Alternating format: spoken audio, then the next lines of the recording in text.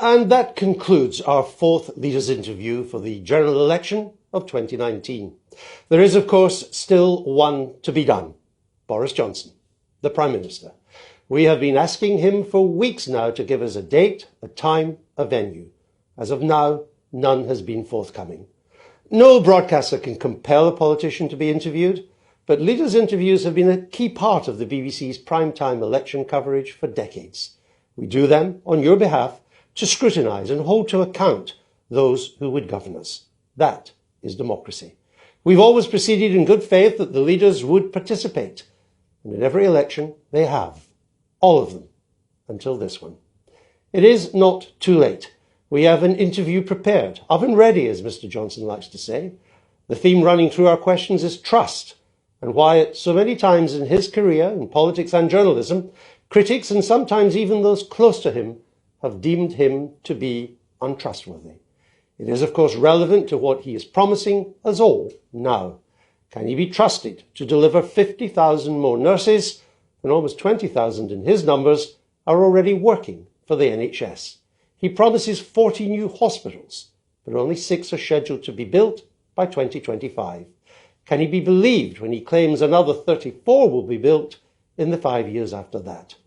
Can he be trusted to fund the NHS properly when he uses a cash figure of an extra £34 billion? After inflation, the additional money promised amounts to £20 billion. He vows that the NHS will not be on the table in any trade talks with America. But he vowed to the DUP, his unionist allies in Northern Ireland, that there would never be a border down the Irish Sea. That is as important to the DUP as the NHS is to the rest of us. It is a vow his Brexit deal would seem to break. Now he tells us he's always been an opponent of austerity. We would ask him for evidence of that.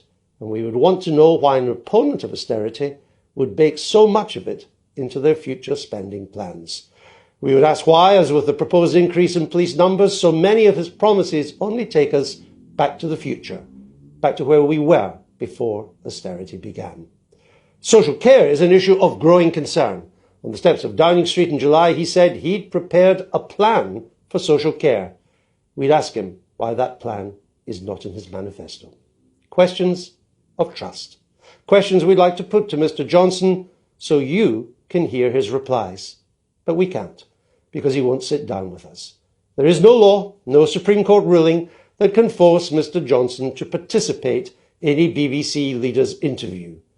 But the Prime Minister of our nation will, at times, have to stand up to President Trump, President Putin, President Xi of China.